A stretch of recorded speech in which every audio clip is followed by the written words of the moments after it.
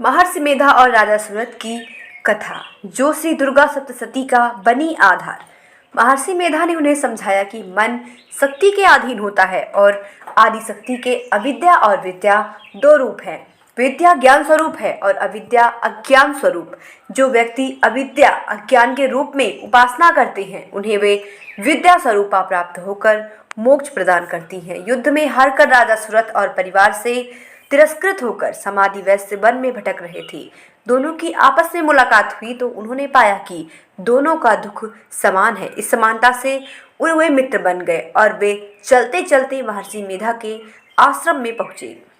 यहाँ ऋषि अपने शिष्यों को सृष्टि की उत्पत्ति के विषय में आख्यान दे रहे थे। उन्होंने एक सूक्ति कही, एको अहम बहुश्यामि। इसका अर्थ बताते हुए कहा कि एक हूँ, बहुत होना चाहता हूँ। यह सूक्ति सुनकर राजन को कुछ शांति मिली। ऋषि चरणों में पहुंचे। राजा सूरत और वैश्य सूक्ति सुनते ही समाधि वैश्य और राजन ने दौड़कर ऋषि के चरण पकड़ लिए और त्राहिमाम करते हुए विलाप करने लगे।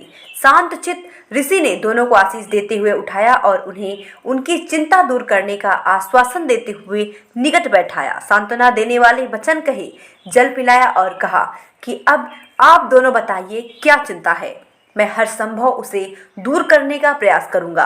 तब राजन सूरत और समाधि ने अपनी अपनी आप बीती महर्षि मेधा को बता दी। फिर कहा कि हे देव, हमारे हृदय में मोह क्यों बना हुआ है, इसका कारण क्या है। तब महर्षि ने सुनाया देवी महात्म्य। महर्षि मेधा ने उन्हें समझाया कि मन शक्ति के अधीन होता है और आदि शक्ति के अविद्या और विद्या दो रूप है। विद्या स्वरूप है ज्ञान का और अविद्या अज्ञान स्वरूप। जो व्यक्ति अविद्या अज्ञान की उपासना करते हैं, उन्हें वे विद्या स्वरूपा प्राप्त होकर मोक्ष प्रदान करती हैं। इतना सुनकर राजा सूरत ने प्रश्न किया, हे महर्षि, देवी कौन है, उनका जन्म कैसे हुआ और कहाँ मिलेंगी, उनके महात्म्य के विषय में हमें बताइए, हम उन्हें कैसे पुकारें।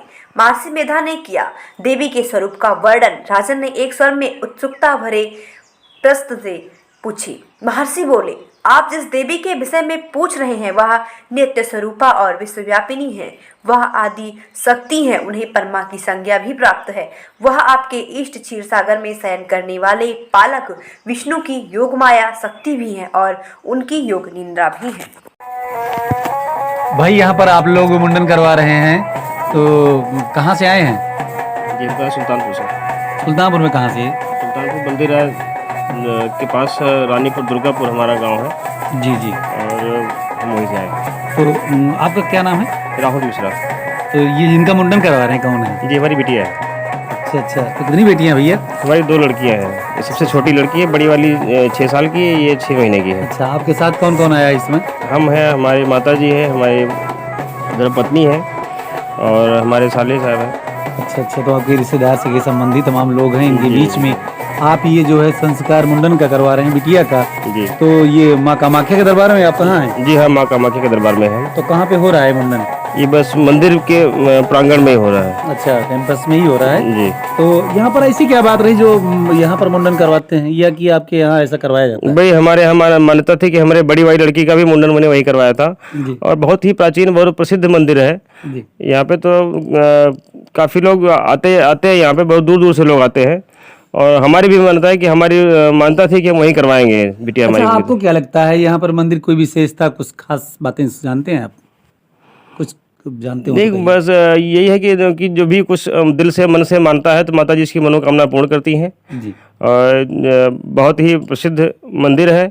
आप दिल से जो भी भक्ति यहाँ पे आते हैं और मन से मांगते हैं, वो पूरा होता है उनका। दो बेटियां हैं जी। आपने भी कुछ मांगा इस बार?